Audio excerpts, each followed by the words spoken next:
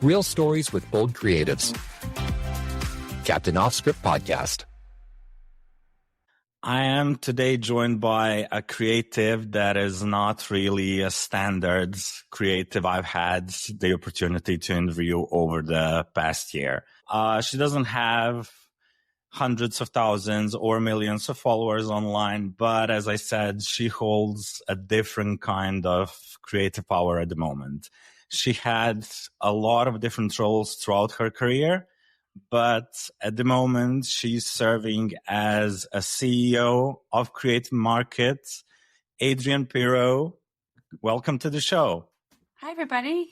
Thanks for having me. No, it's definitely my pleasure. You know, I have actually first heard about you through your blog post on Creative Market when you joined, and also on the conference by I Love Typography.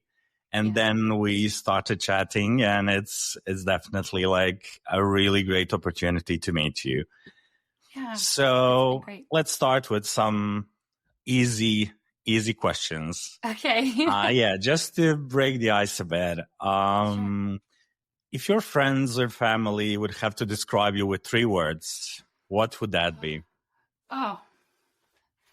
That's a great question. Let's see.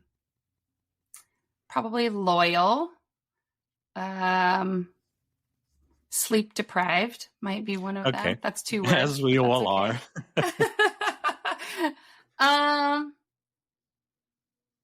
I don't know, maybe creative. Sometimes it's hard to say when I'm among other creatives because, the standard is high, but I like creating new things. So probably creative. Yeah. Okay. Amazing. And what about your employees? What would they say? 3 words they would pick. Oh, now you're like going to make me put words in their mouths. Let's try something. Hopefully.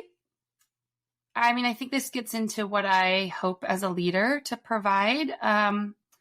But caring, I really truly care about each one of my team members and all the shop owners that we have. And I kind of, the human side of everything is probably the most important part to me about this whole journey. So hopefully they would say caring, and also maybe, I don't know, hungry. Like I want us to do well. Like I want us to try new things. And so maybe hungry, I don't know. And that's tough. One more.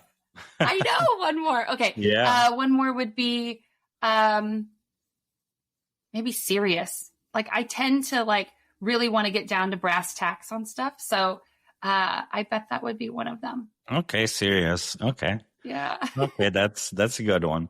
You said hungry. I would say that I'm not your employee in any case, but I would definitely use that word to describe you from what I've actually managed to find online about you through my research. And you've managed to do so many different things, so many different roles through your career. You have a bachelor in fine arts and graphic design, also a master's degree in fine arts, which is amazing. So you started as a creative, but the first job, as far as I could find, it was not a graphic designer, but an art teacher, right? Yes. Yeah. How was that experience? Yeah. I don't know.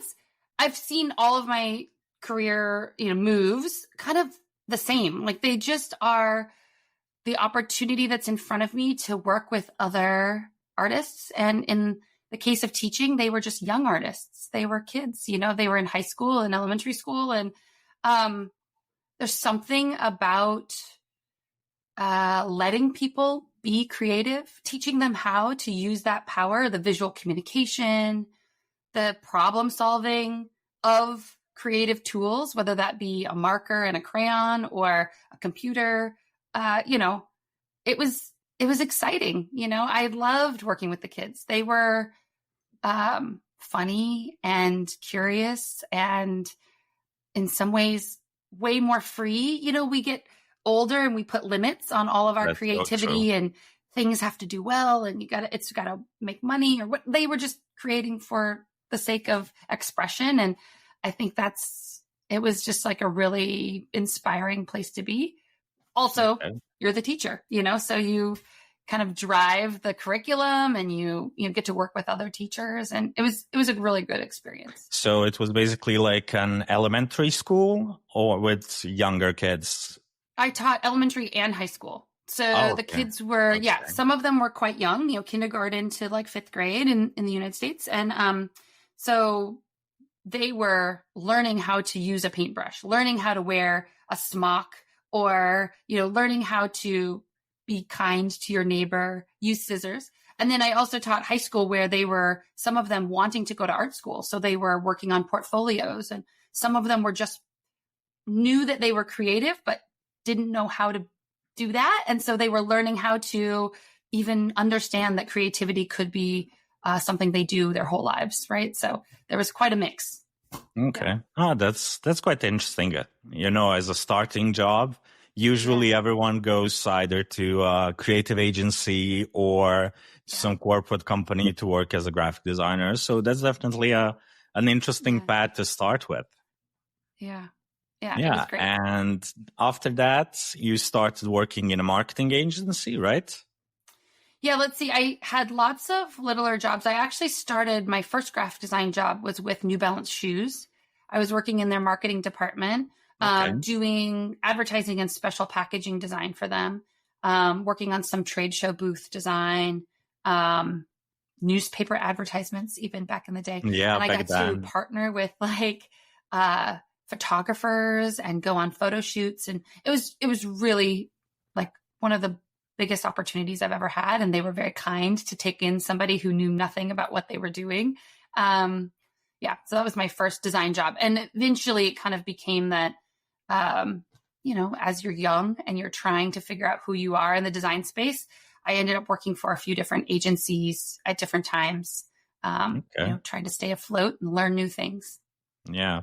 Now, when you mentioned print in the first episode of this season, I was talking to 4 different guests, and we were actually like all 15 plus years of experience. And some of them even worked in magazines and run their own magazines. And it's so amazing how much things have changed actually over like the 15, 20 years. So that's a really good thing to know. And especially you also worked with magazines, and that's quite a cool thing. But then you actually started climbing up, and there were some more serious roles. And one of the things that I was actually surprised is that you actually were a producer for a game company, and you worked on Plants vs. Zombies too. Mm-hmm. That is like quite a, it's a different thing, then you work in a school, New Balance, and then graphic design, and then you start working in game industry. How did it come to that? So I actually worked in the marketing department at PopCat Games, for a contract job. And I was helping them with some promotional materials they were working on. Some time passed. I found out through my connections there that there was a role they were looking to hire, which was a UX designer, first UX designer that they had ever hired. So this is, kind of a new frontier at the time. And, but it was going to be part of the marketing department again. And I was really excited, and I interviewed and joined. And as soon as I got there, I realized how integrated the role really was with the game team, right? People who are creating the game, they had kind of imagined the role to be separate from that it would be almost like a layer on top of the game itself. And I think it was just a learning time for all of us. We were trying to figure out, what does this role of UX mean? How can this help the game or hurt the game? What can we do to improve it? How do we make users want to play the game? And this was also during the same transition when games were converting to be free. Rather than buying a game up front, they were being available on Facebook or on different marketplaces, even the Apple Store. I mean, this was just after the Apple iPhone had released. And so it was a really interesting time because nobody knew what they were doing, but we were all trying at the same time to figure it out. after getting involved with the game team, it kind of just became clear that UX was part of the game development process. And I'm just the kind of person who likes to solve problems. Like my creativity is really just a new way of solving a problem, not any different than, writing or any of that. So it just kind of snowballed into being able to be the producer for the game, which is like quite an honor. It was an honor to work with that team and to work on that franchise. I learned so much, and it was a great experience. Okay. Yeah. I mean, I read through your job description on LinkedIn. Yeah. And you've managed to go from a deficit, if I'm correct, to actually earning quite a lot of millions. Yeah. Yeah, we don't have to go into numbers, but you turned it around and changed things, making sure that people actually, that the part of the game are things that people want to do, the reason why they play games. So that was really cool. I think that's one of the most important parts for any leader is figuring out how to balance the business. Certainly that's what's funding your salary or your job role or whatever, but you're serving somebody. You're serving the gamer, or you're serving the artist, or you're serving the customer. And that is the combination that I find most interesting is helping the business, but also serving a person, serving a customer. Yeah. Yeah. It all ends up with the customer. Yeah. After that, you started working at PicMonkey. Mm-hmm. Tell us more a bit about that.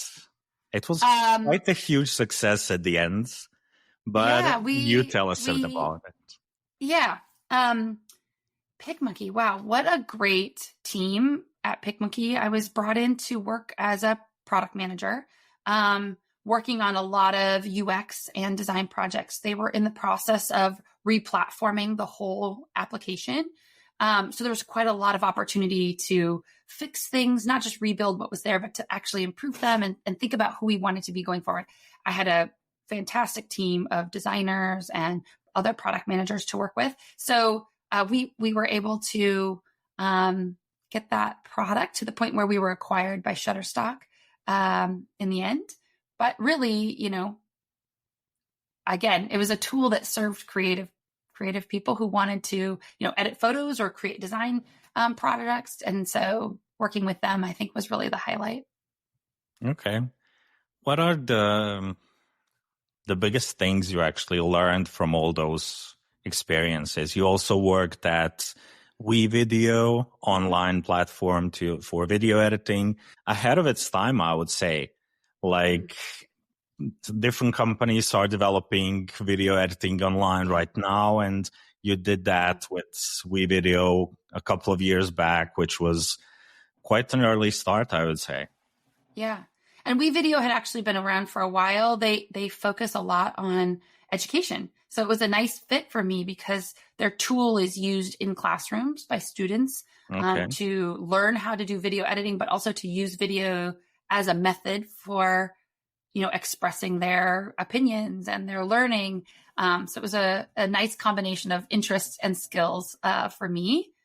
But, your original question about what have I learned, I think for me, all of it has been about leadership growth. Like, how do I help the most number of people? How do I do the most amount of good with the opportunity? How do I help shape how an organization works, not just what they do or, what they build, but like how they contribute to the world. And for me, that has changed a lot. Like who I thought I was as a leader 15 years ago is completely different than my priorities today. I think, going through that with a number of different teams and finding what they're passionate about, it's really taught me who I want to be, who I want to put, out as, function and growth and leadership into the world has really changed over time. I think that's probably the biggest learning. And for me, it's a big priority on people. Like I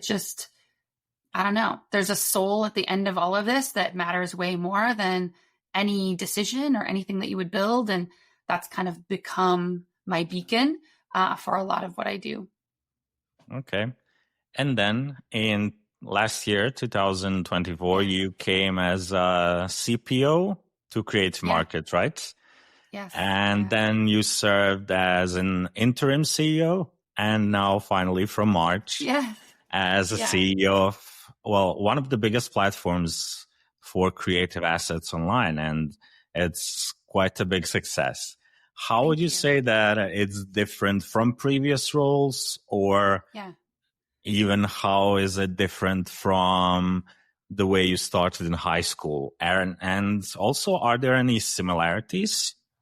Yeah. Oh, yes, there's similarities, and yes, there's differences. I would start with the similarities. I mean, honestly, again, it's about finding the reason, the purpose, the center, right? That's, as a CEO, there's nobody more responsible for helping figure that out for the company.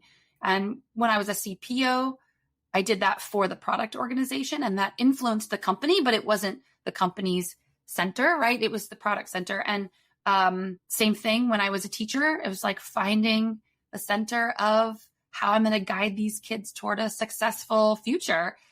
But each of them had their own center, and each of them took other classes like math and writing. So I think it's about expanding. That's probably the biggest difference, is realizing that now under the CEO umbrella, I have disciplines and skills and people who are so brilliant and in areas that I don't have exposure or experience in.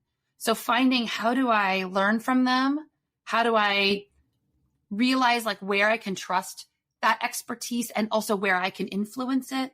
That's, every role has expanded that challenge a little bit more and a little bit more. So I would say as CEO, it's not so much that I operate differently, but it's those challenges have gotten more challenging, right? Like the new disciplines that I haven't had exposure to, or that I don't feel quite as proficient in, how do I approach them? How do I learn about those disciplines and bring them to the whole, I think is kind of the biggest challenge.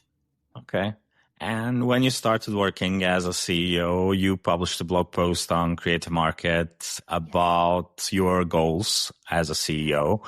And it's called like destination design, which is quite a good thing. Tell us more about it. What do you want to succeed? What do you want to accomplish? Where do you want to go? Yeah. The world in design is always shifting. I mean, there's trends, there's technology, there's all kinds of things that are influencing how design moves in the world. At Creative Market, we've rode a lot of those ebbs and flows, and that has changed who Creative Market is over the years. But when I came in, I had an opportunity and the challenge to take a hard look at who were we at that time and who did we want to become. And I think a big part of, destination design is really about getting back to who we are at our center.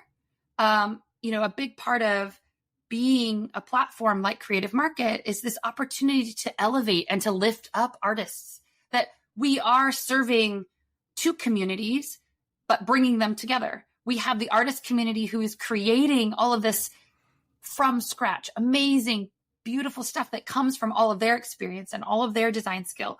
And then we're helping take that to accelerate the design process for all of these, customers who are designers themselves, artists themselves, so there's this really nice mix. And I think where we were in our recent history was trying too hard to be bigger and outside of that space. We weren't focused on the connections, on the heart of what design was.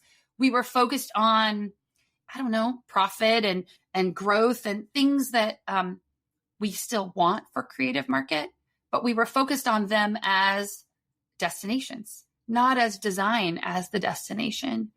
And I think that shift is a shift in our hearts. It's a shift in our priorities. It's a shift in how we think about all of the opportunities. There's no shortage of ideas and things that we want to build on Creative Market. But when we look at how are we going to prioritize all of these great ideas and focus on the ones that are most meaningful, we always come back now to this concept of, does it serve the artist? Does it serve the designer? Will it make us a greater design destination, or will it distract from that? And that has created this like really clear through line in what we work on and who we want to be. So it's going to take time. Like we're coming from one place and going to another. So we're in that journey right now, but that is definitely our goal, is to make Creative Market back to the inspiration destination, back to the place where people first think to go to connect with the artists that are building all of this great artwork. That's our hope. Okay. That's a good thing. I've started with Creative Market. I've also as an owner of a You've type been a foundry shop for a long time. Since 2018. Yeah. And it actually, I have to say this, I think I've already mentioned this before to some of my other guests. I didn't really plan to start creating and selling digital assets, not in this kind of form. But I started in 2018, first with templates and graphics for social media. And then it exploded, in like first month, I saw like, okay, this is a huge opportunity. It's a really great marketplace. And I could do this, I don't have to, because for me, it was always like kind of difficult to deal with clients. And there's always like things that, I don't know, things that you don't want to happen in a project, and then you go in a different direction. And so it's not the easiest thing. Every graphic designer knows that. And then I actually figured like, okay, I could do this without actually having clients, having my own freedom, for example, to go on a vacation whenever I want. Yes. Because there's no one, that's like waiting for me. There's no deadlines except the ones I put. Yeah. And that's when I actually turned completely on Creative Market in 2018. A year later, I started with typefaces, and then, now it's almost exclusively fonts and typefaces. So it's definitely a road I liked with Creative Market, but at the same time, it shifted through so many different stages. Yeah. It was a private company, then it was sold to Autodesk, then again, private company, then with Dribble and everything. And as you said, there were points where creatives were not really the most satisfied people on Creative Market. Yeah. And you said that you are trying to change that. And I absolutely understand it takes time. Nothing can be done overnight, or even in 2-3 months, of course. You cannot change the whole business. But have you been talking to other creatives? What are their opinions about it? Yeah. How do they react? Yeah, this is a great question. We are talking to a lot of other creatives. Some of that is inspired by our conversations, you and I. There's so much that I can learn by talking to the people who are experiencing it. I don't know what it's like to put your heart out there and to turn your life into selling something like you did. I mean, the journey you've explained is not unique. We have a lot of shop owners who have that same journey on Creative Market, and that's amazing. That's such an honor that Creative Market could have been that place for so many people. So talking directly with the people who are experiencing that, I think, is the most important thing that we can do. We have to listen because we don't have that ourselves, right? We come from a different perspective. So I am talking with a lot of other shops. I think that the main thing I'm hearing is how important it is to grow your business, and how much you're thinking about that means that you're being very creative about how you approach your potential customers, how you represent your brand, how you think about the creative assets you're creating. And I think where Creative Market has not provided enough is in those kind of new outlets and platforms for shops to connect with their customers, right? So that is absolutely something that we are focused on in Creative Market right now. I just had a conversation yesterday with my development team and product team, and we're brainstorming ways and asking questions for ourselves of, okay, but is this going to satisfy what the shops are looking for? Is this going to be the right kind of a tool? How can we deliver this in a way that's easy for them to use and meaningful for them? to connect with their customer base, because that's really what we want. When you have somebody who buys a font from you, we want you to be able to connect with them. Like, they're buying your creative product, right? And using it in a really awesome way. How can we, when you've got a new product, make it easier for you to reach out to that same customer and say, hey, guess what? I've got something new. That's on our hearts. That's what we're hearing. And that's what we're working on delivering now. So I don't know what that will specifically manifest to, because it's in progress, but it's part of exactly what we've heard from other shop owners. We have a long way to go, though. There's so many different types of products on Creative Market. There's so many different types of shop owners that come from different backgrounds, different priorities. Sometimes Creative Market is their primary business. Sometimes it's a portion of their overall business, right? Sometimes creativity is a side job and they have a different job in their day-to-day. Sometimes it's their only job. So learning how we can serve all of these different types of shop owners is the number one priority right now. And we are talking to a lot of shops, and I invite people who want to talk to us to reach out. That's how we got connected, right, Alan? Yes. Is that, yes. Yeah, you had something to share and we had the opportunity to learn about that. So I encourage that. Yeah. For me, it was really, it was this conference by, I love typography on the type design and everything, and the current state of the design industry. And it was really interesting, because we as creators, as people who upload products on Creative Market, in one way we think about our business, but we also, I think, sometimes expect too much from the marketplace itself, because, in the end, the company Creative Market needs also to earn money and to absolutely. So that's the point of every business. When the end goal is to actually have satisfied the owners and the companies and people who have invested. But also, so we have to understand that every creative needs to understand that there will be sometimes unpopular decisions made, and that happened sometimes in the past, and that's sometimes we have to do it. But it's really amazing to hear that you are talking with creatives, and our conversation a couple of months back it was really great. And I'm not saying just because you are my guest today, but it was so cool to actually be able to talk to someone who is responsible for the things and for the future development of the platform. And so that was really great. So I would definitely call everyone else who is interested to get in touch with you. And, if they have some opinions, if they have some suggestions or problems they are facing, that's how we got connected. So why not? I know a lot of designers are talking about AI at the moment and being scared of AI replacing them. And that's actually even happening in some ways in graphic design. But what is Creative Market doing to actually differentiate the original artworks from AI generated artworks? And what's the stance actually about the generative AI? Yeah. This is an evolving challenge, really. For the creators, but also, for Creative Market. I would say that our stance is also evolving, because we're learning more every day about how AI is being, used and how it's impacting creatives. I think our top priority are human creators, people who are the only place where creative inspiration can really come from. We want to prioritize that.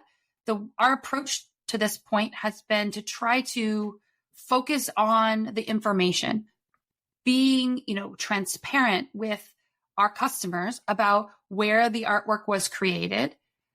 We have a way of labeling different assets that get uploaded to the site as generated by AI. And we've been reliant on the customer to make a choice, because not all AI art is bad. Not all AI art is good. right? The same thing goes actually for human art. There's not every piece of artwork created is good, right? And we have quality expectations on the site, but everybody also has choice. And so our focus to this point has been on mostly giving people choice, giving them the information to make a choice that they want to make.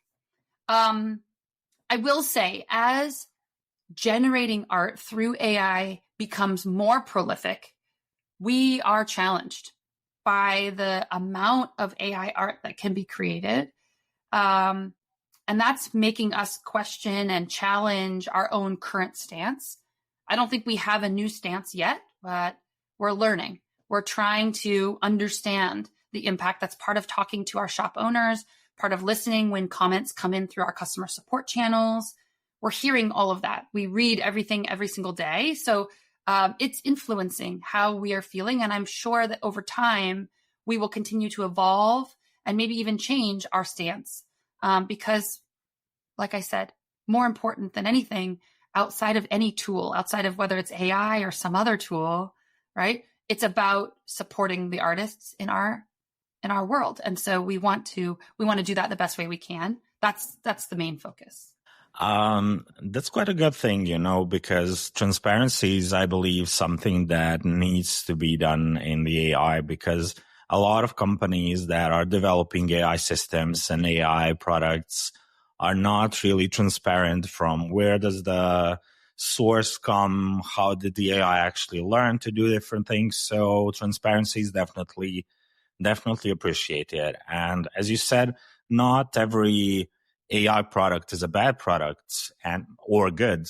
I recently actually purchased a set of AI mock-ups that were created by AI, and I purchased it on Creative Market, and it was a really great set of things because it served my purpose. They looked amazing. Yeah. And so I also think that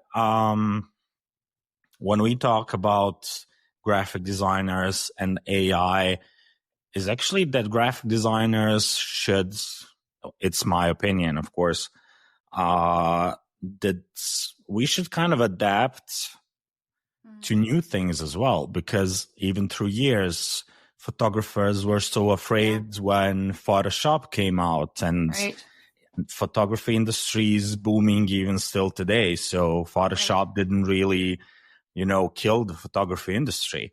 And I believe that as graphic designers, we should learn AI. And we should try to implement it in our work as much as we can, because it's not really going anywhere anytime soon. So it will probably be getting even a more important role.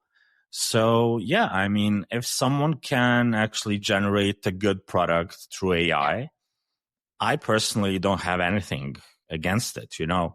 I mentioned that in the first episode with when we talked about about the state of the creative industry, and it was like we need to adapt to a certain stance. Generative AI is not always a good thing, but if we can do with assistive AI things that can help us to speed up the process, to speed the things up for ourselves, why not? I mean, it's just another tool. So instead of maybe fearing all the time that we will be replaced by AI, why not use AI to do different things?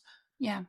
Yeah. So I think when any technology, and AI just happens to be the most kind of questioned one right now, right?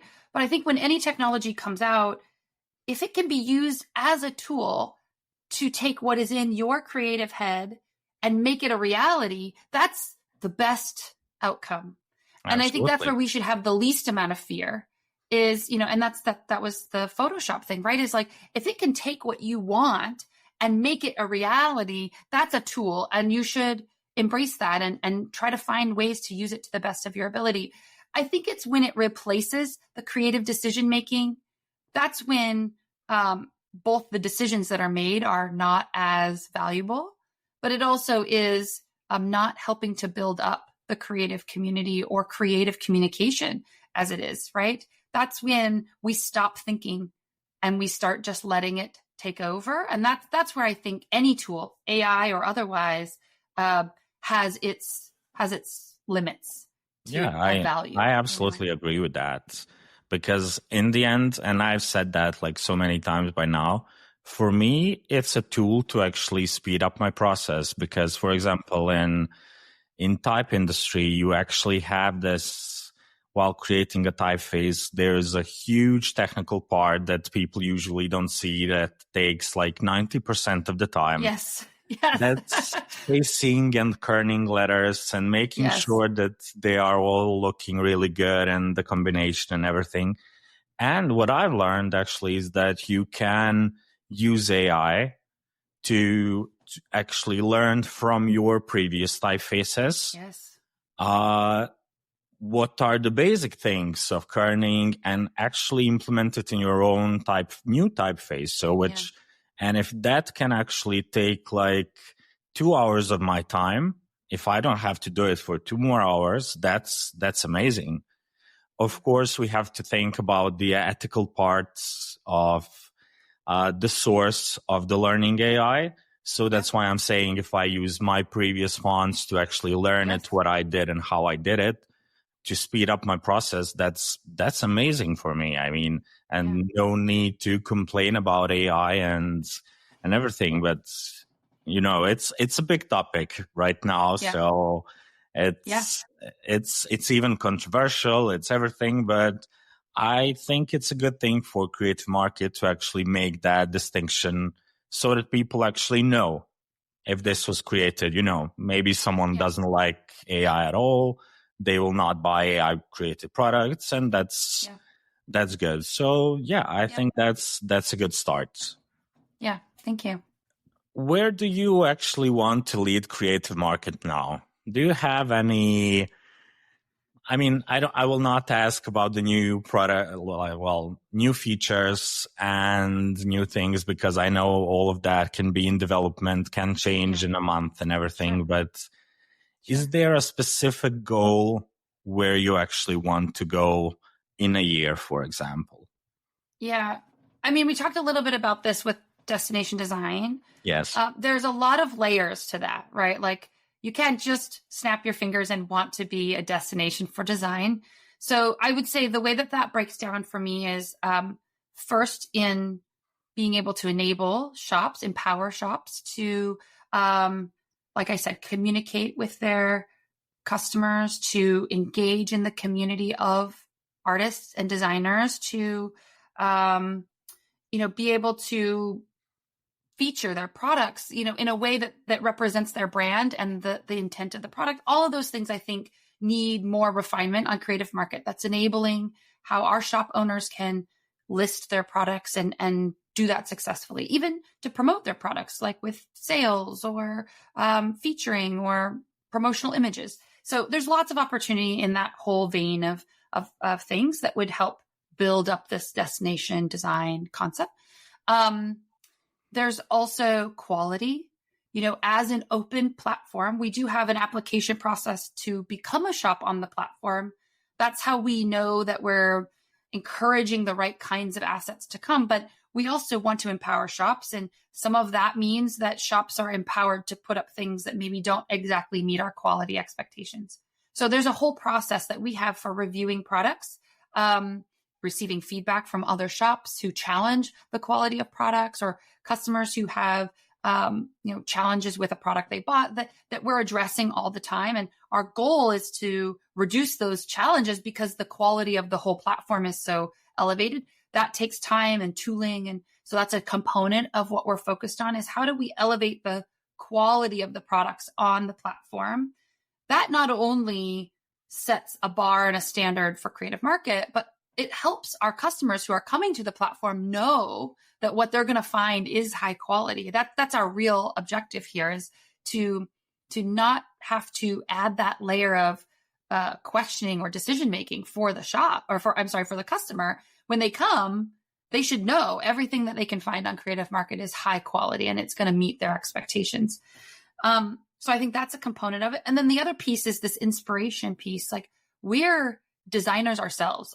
Almost everybody that works at Creative Market has some sort of relationship to design, whether that be a hobby or part of their career path. They are creative thinkers as well, right? And so, for us, we're inspired ourselves. We're finding inspiration from everywhere. And we want to help distribute that inspiration, to share the things that have inspired us, that we find inspiring in our shops and the products on the site, where we think trends are going, so that it can be evolving, it can be alive, it can be a place where all of this, change in the design space can be represented on Creative Market. So I think those are not the only areas that need to grow to be a destination for design, but those are the kind of 3 areas that I see a lot of effort right now within our company to build up. So tooling, quality, and inspiration, I would say are the main areas right now. Sounds very promising. As a shop owner, it sounds really good. You mentioned that most of you are in some way graphic designers and designers. Do you especially miss designing things? I don't miss it because I didn't stop. I still get to do design. It's a different space, right? Like you said, I don't have clients that I have to respond to, or, do that dance where, you show a client 3 options. They're always going to pick the one you don't want them to pick. Yeah. I don't have to do that. Usually, I don't have to do that dance. But I still create art. I still draw and paint. I still do hobby design projects for, volunteer areas that I'm passionate about. Both my kids are in elementary school, and so I try to volunteer with the PTA and doing some work for them there. Our art program in the elementary school that my kids go to is also a volunteer-led art program. So I'm one of the coordinators for that program. So I get to do art that way. And I'm doing Inktober with one of my children. He's very artistic and loves to draw. So he and I are doing that challenge with some of my former coworkers. So I get still to do some creative and design expression. So I don't miss it because I'm trying to keep it a part of my life still. Oh, that's amazing. That's so cool. And you mentioned your kids. How did actually becoming a mother change your perspective on the whole business industry, on the jobs and everything? Yeah.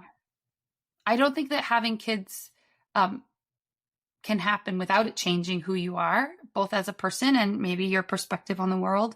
It underscores kind of how everything you do has an impact on the future. And not to be too sentimental, but I think that's where a lot of this concept of being human-centered comes from. I mean, as a UX designer, that was always part of my thinking, but it was kind of mechanical.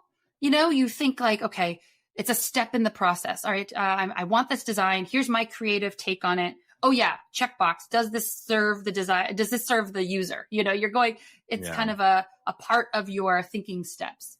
But as a mom, it's now part of my everyday. Like the way that I think about the impact of every decision we make starts now with the human impact, right? I don't think there's anything more important to the purpose of life than how it impacts other people, and not just business impact, but the emotional impact. Is this caring for the person that it's meant to serve? I would say I was already a crier, like even at commercials and, things like that. And now that I'm a mom, I'm like, everything is okay. It gets me every time. Yeah. Okay. Good to know. There's one more business question I want to ask. Sure. Having these CPO and CEO roles is in the entire world more male thing than a woman thing. How did you actually, it's not easy to actually grow so much and have so many important positions in such a world where that is dominated by male CEOs. And even I've read, I mean, it was interesting to me. And then I did another research about, especially since you are in the USA, comparing 2020 with 25, there have been like in 2020, around 5% of female leaders in the companies. Now it's around 10%, which is still such a low number. What is your stance on that? And these are big questions. They are. You know, for me, it's never really been about, you know, because I'm a woman, I want to do this thing. That's just one of the many perspectives that I think I bring to everything I do, whether it be volunteering or work, right? So that to me has always just been absorbed as part of it. But I will say it is an added challenge layer anytime I'm making a decision.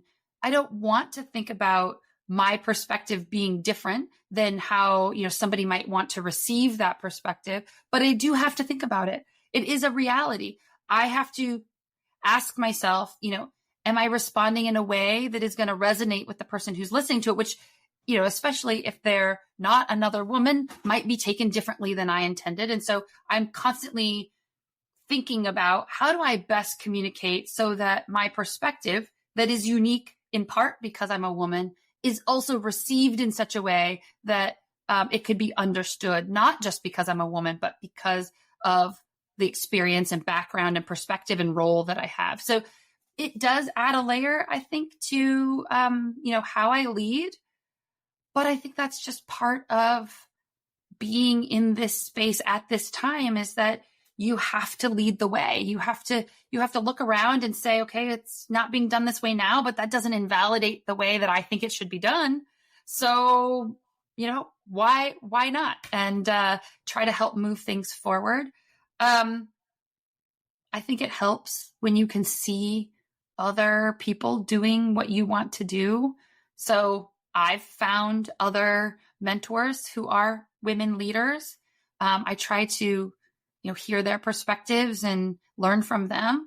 I hope that I can provide that to, you know, the next generation or those people who are just on my heels. Like that would be great. Because I think, like any other community, working together and collaborating is an advantage.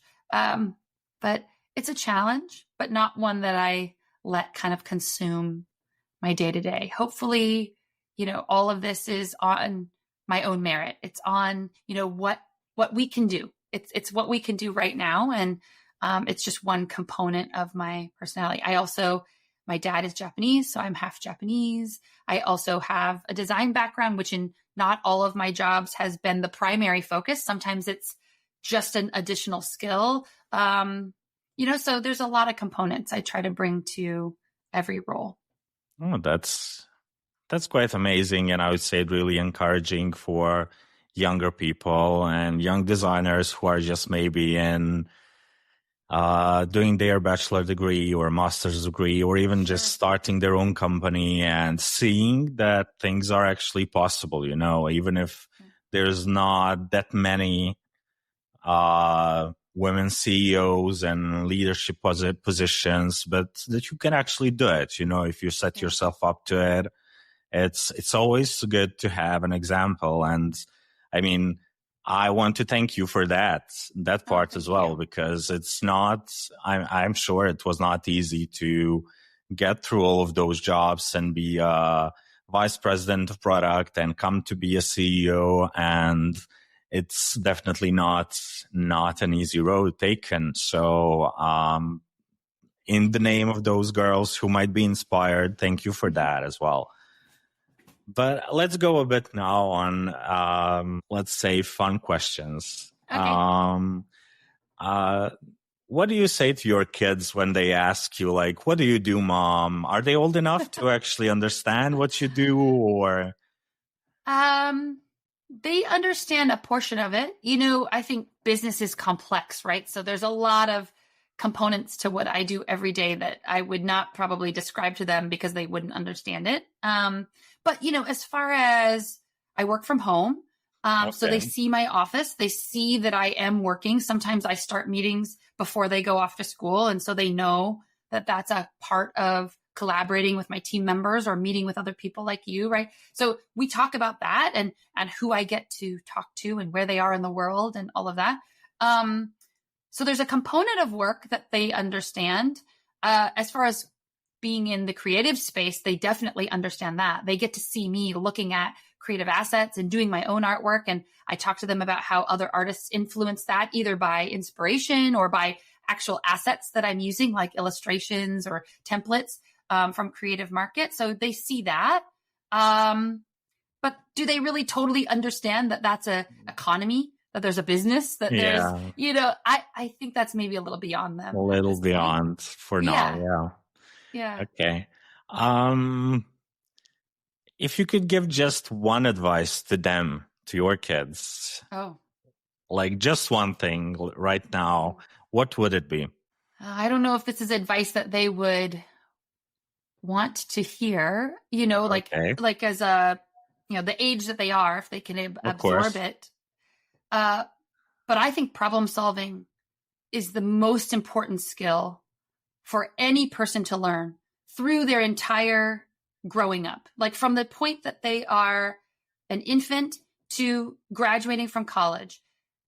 If you can add more tools to your toolbox to make your problem solving more creative, more diverse, right? That is ultimately what's going to drive your success, right? Being able to bring together information that you might have in your brain about technology and about art making and about cultural events and about the human experience and about, this platform and that, like all of that can just create more informed solutions that can really inspire your problem solving. That to me is where the magic happens, right? The more that you can bring those things together just makes more dynamic the possibilities. So if I had one piece of advice, it would be, even when you think the math problems that you're learning in school aren't going to be used in your future, the way that math problem makes you think is going to help you better problem solve. If you think that, writing this essay or this, conclusion in a paper is not going to serve you tomorrow, don't worry about that. Learn the skill of writing, because that will come together, right? As CEO, I have to write all the time. I have to do math all the time. I have to, have human interaction, communication skills all the time, right? Like, and you don't know where those skills come from until you need them, right? So absorb, absolutely, learn how to problem solve, bring all those pieces together, take in all of those experiences, because it will be part of your toolbox. Okay, that's a really good one. I usually ask my guests, like, what's one piece of advice they would give? Okay. And no one actually said that one, so that's a really good one. And I actually agree with that, because whatever you do in your life, it's problem solving in one way or another. So yeah, that's a really good one. I assume, and it probably is true, that as in every business, but maybe yours even a bit more, is quite stressful at times. What do you do to unwind and to actually relax and step away a bit from all of it? Yeah, it's an important step. I don't always get that right. I do sometimes work until I go to bed, like that happens. Totally understand it. Yeah. But I try to do things in a balanced way. So sometimes it's exercise like yoga or walking or going for a run. Sometimes it's family and friends, hanging out and reconnecting with the community that I live in. Sometimes it's completely turning off my brain and watching silly TV shows or, being on the couch with my husband or something. I try to do as many different things as I can just to keep things, connected and having variety, but I don't always get it right. I had a day a couple days ago, where I could just feel my blood pressure was high. I didn't know why. I could just feel it though. And I think it wasn't any one thing. There were just a lot of little things with my kids and my family, things with work, things with projects I wanted to get done, clutter at my house sometimes, things that are every day. So, I try to do things in balance though. Oh, that's important. At least trying. We all try, and it's not easy. Definitely not easy. Sometimes, as you said, you end up working until late in the evening and go to bed straight. And so I can get that. 2 more short questions. I won't keep you for too long. I love if you look back to your career, is there anything you would change? Wow.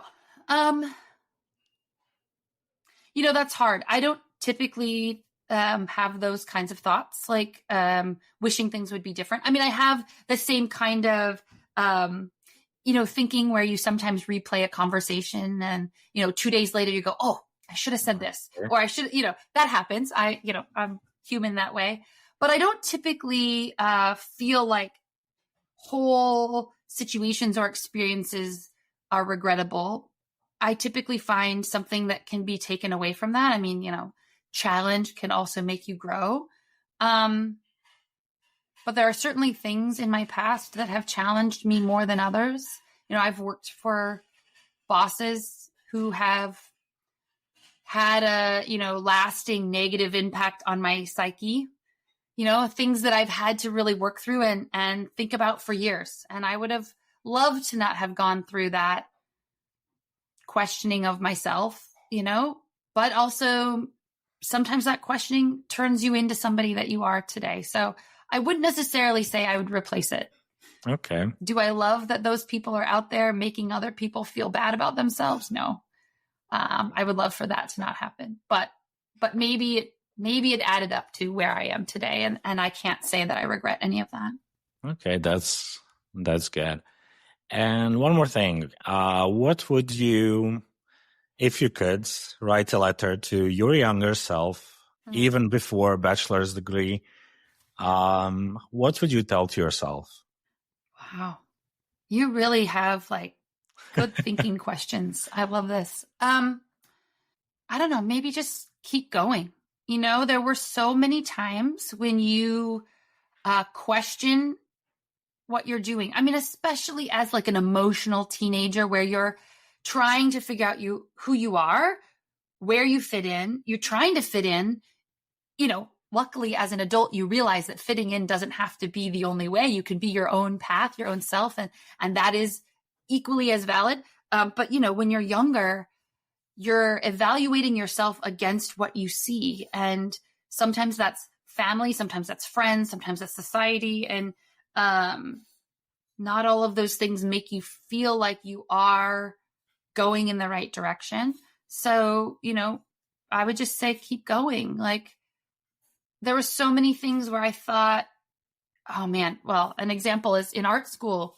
You go to art school and you might be one of the better artists in your grade school, but you go to art school and that it's all the best artists coming together. And you start to go oh my God, I am not meant to be an artist. This is not my path, right? You see how incredibly talented people are. So I questioned myself the whole way. What am I doing? Why would I do this? This is impossible. I'm never going to be as good as that person. And sometimes I wish I could go back to redo college so that I took it more seriously and rather than questioning myself, just, took it all in. And, but keeping going, just keep take what you can. You don't know what their path will hold. You don't know what your path is going to hold. Take it in, learn it, take it seriously, be, just the best you can at that moment is what you can do. So I would say that maybe just keep going. Just keep going. Okay. That's a really good one. Even for now, when we are deep in our careers, I mean, I do it all the time. You see such a wonderful typefaces all around and say, oh my God, Yes. what am I even doing? And in the end, I figure out, well, I have a successful business. It's not really, but that kind of imposter syndrome is always there. So I guess it's to all of us, just keep going. Well, just keep going, even though my throat is sore. I don't know. Yeah. Thank you, Adrien, so much. It was such a pleasure talking to you. I had a really, really great time, and thank you. I know you have so many different things to do all the time, and thank you for taking your time to talk to me today. And it's an honor. Thank you. No, really. Who wants to talk to me? It's nice to have these conversations, but it's quite an honor to be invited. And so I appreciate this conversation and that we've been able to be connected so many times. This is nice. Absolutely. It's definitely a pleasure. So thank you. And I hope we'll chat again soon, and let's see. Can I share one more thing? Absolutely. With your audience? So if they are interested, I would love to, give them a coupon code for Creative Market. Whether they're in the middle of in the middle of a project, or they're just trying to accelerate the work that they're doing. We want to support you. So I would love to, I'd love to share a coupon code if that's okay. Absolutely. OffScript 15. So just like your podcast, OffScript 15. Amazing. Would give them 15% off of their order. Amazing. Thank you so much. Does it have an expiration date or no? Nope. Well, it's for you guys. Yeah. That's such an amazing thing. Thank you. Yeah, you're welcome. Okay. And thank you again for joining me, and take care, and talk to you soon. Talk to you soon. Bye. Okay. Bye-bye. Real stories with bold creatives. CAPTN OffScript podcast.